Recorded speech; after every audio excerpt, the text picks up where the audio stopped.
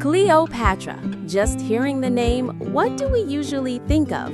Stunning beauty, milk baths, her affairs with Julius Caesar, Mark Antony. That image of a seductive queen that movies love to portray, right? But what if I told you that focusing only on that is falling into an old trap? What if the most powerful weapon of Egypt's last pharaoh wasn't her face, but the brilliant mind behind it? How did she use intelligence to play the game of power? More than a pretty face in the Game of Thrones.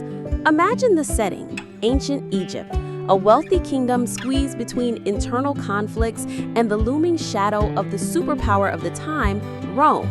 Cleopatra took the throne very young, in a world dominated by men and ambitious generals. To stay relevant and alive for over 2 decades, she needed to be much more than the Roman propaganda, which hated her, or Hollywood movies made us believe. What cards did she have up her sleeve that weren't just about looks? First of all, forget the idea of a frivolous queen. Cleopatra had a top-tier education in Alexandria, the greatest cultural center in the world at the time. She studied philosophy, math, rhetoric. And here's an amazing detail. Ancient sources say she spoke many languages. Greek, the court language. Egyptian, rare for her dynasty, showing connection with the people. Latin, Hebrew, Arabic. Imagine the advantage this gave her in diplomacy, talking eye to eye with Roman generals, ambassadors from other nations, without needing an interpreter. This gave her total control over her message and created connections. The lesson for us today?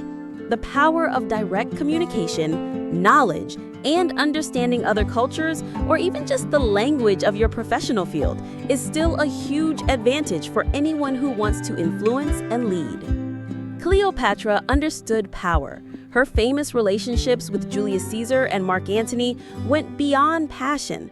They were highly calculated strategic alliances. She used their military power to secure her throne against rival brothers and later tried to use their influence to keep Egypt as independent as possible from Rome. She knew when to negotiate, when to impress, when to retreat, and when to take risks. She wasn't a pawn in the game, she played the game. And what about us? Are we thinking strategically about our goals, our careers, our projects, or do we just react to what happens?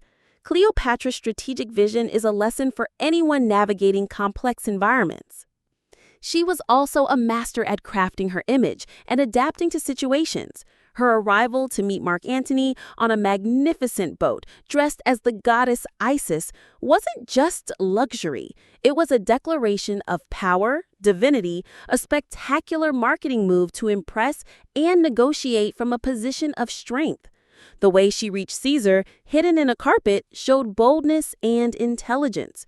Cleopatra knew perception is reality in the game of power. A valuable lesson? How do we present ourselves? How do we communicate our value? Do we know how to adapt our approach to different audiences or situations? Taking care of our image, how we are perceived through our actions and words, strategically is fundamental. So when we put the pieces together, we see a leader with a sharp mind, a solid education, remarkable strategic ability, fluent in multiple languages, and a master of adaptation and influence. The beauty she certainly had was just another tool in her arsenal, and maybe not even the main one.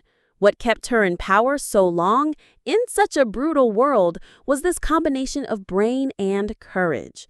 Demystifying Cleopatra reminds us to look beyond appearances and recognize the power of intelligence, preparation, and strategy, especially when facing challenges or in positions where less is expected from us. What other lesson do you take from her story? Or what other historical figure deserves more recognition for their intelligence? Share your thoughts in the comments. If you enjoyed discovering this side of Cleopatra, leave a like. See you next time.